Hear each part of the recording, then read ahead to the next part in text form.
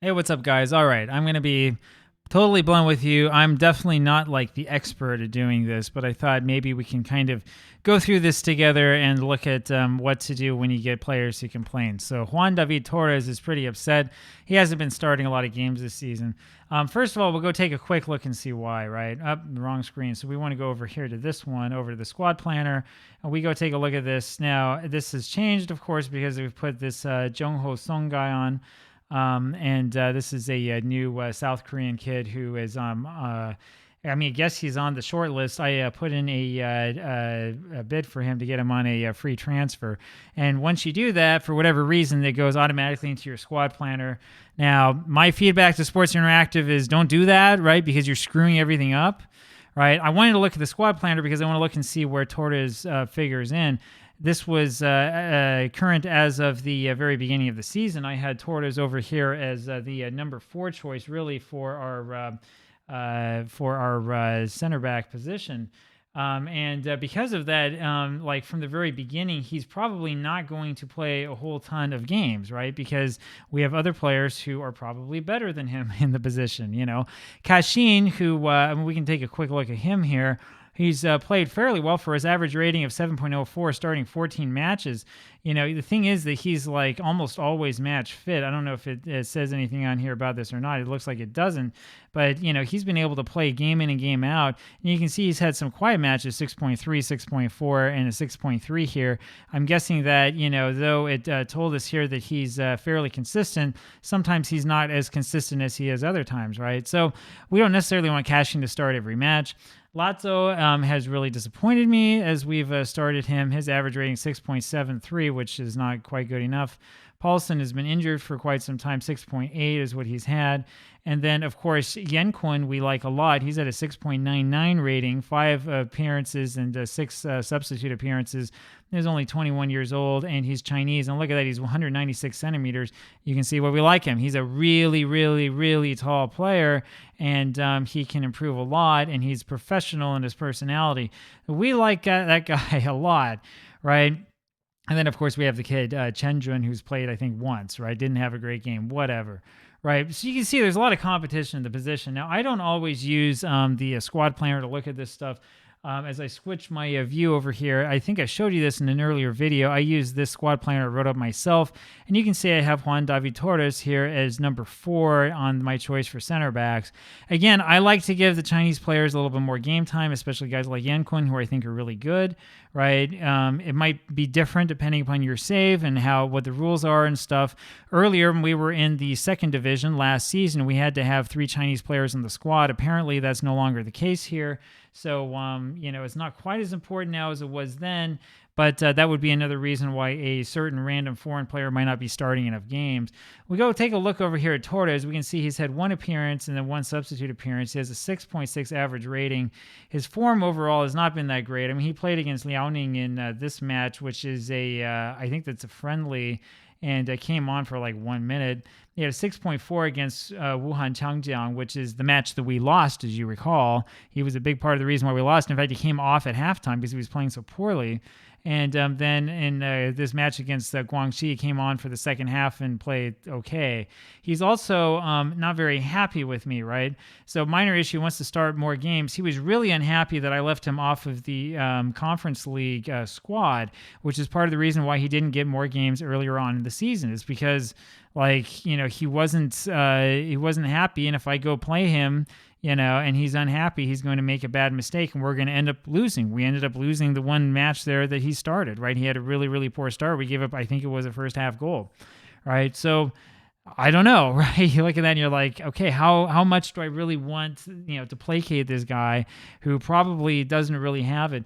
We'll go take a look at the coach report. The assistant manager is calling him a fringe player. Boy, that's a lot different than what we just saw from Yenquin, right?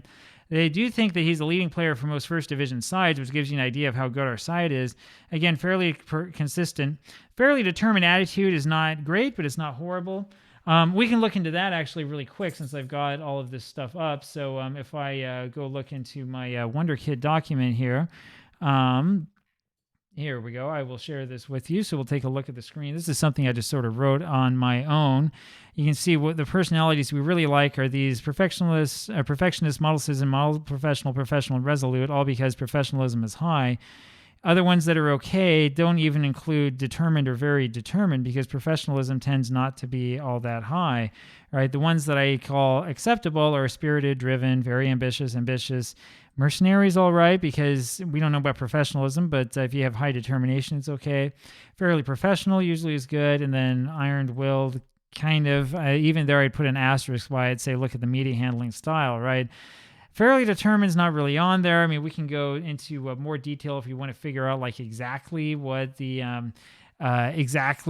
ratings would be for all of this stuff. My guess is that we do have some problems here with professionalism.